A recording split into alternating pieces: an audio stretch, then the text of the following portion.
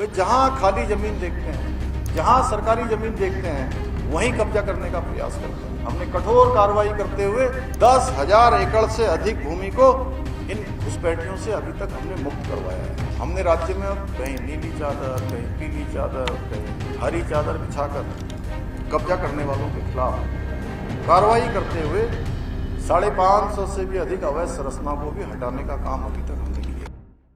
नमस्कार, न्यूज 31 देख रहे हैं आप और मैं हूं आपके साथ नैना।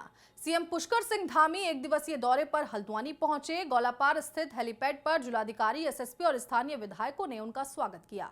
इसके बाद सीएम धामी काठगोदाम स्थित सीआरपीएफ सेंटर में आयोजित भूतपूर्व सैनिक सम्मेलन के लिए रवाना हुए।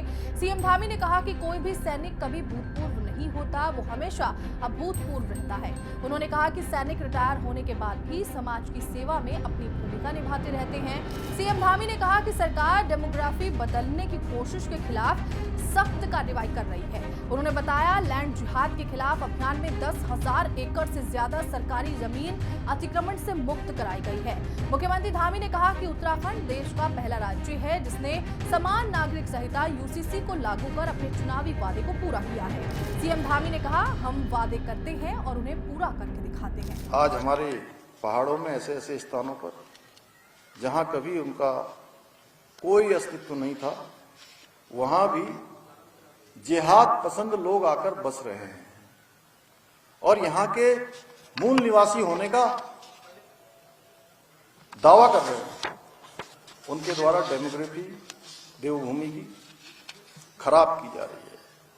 इस प्रकार के खिलवाड़ किए जा रहे हैं। सुनियोजित कोशिश के खिलाफ हमारी सरकार सजग हो रही है, क्योंकि हमने कहा है डेमोग्राफी और यहाँ के सांस्कृतिक मूल्य जितने खराब हो गए हैं, अब हमारा संकल्प है, मैं देवभूमि के एक सेवक के रूप में मेरा संकल्प है और देवभूमि का संकल्प है कि हम आगे अब देवभूमि के मूल अस्तित्व को समाप्त नहीं होने देंगे, उसको खराब नहीं होने देंगे।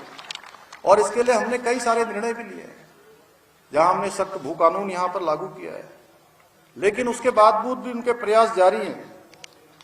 वे जहां खाली जमीन देखते हैं, जहां सरकारी जमीन देखते हैं, वहीं कब्जा करने का प्रयास करते हैं। और इस लैंड जिहाद के खिलाफ हमने कठोर कार्रवाई करते हुए 10,000 एकड़ से अधिक भूमि को इन घुसपैठियों से अभी तक हमने मुक्त करवाया है।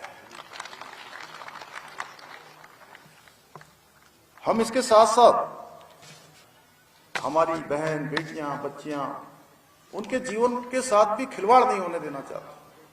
इसके लिए हमने लव जिहाद हो, थूक जिहाद हो, ऐसे जो कुकृत्य हैं, जिसको मैं कहता हूं विकसित मानसिकता, उसको रोकने का काम भी हम कर रहे हैं।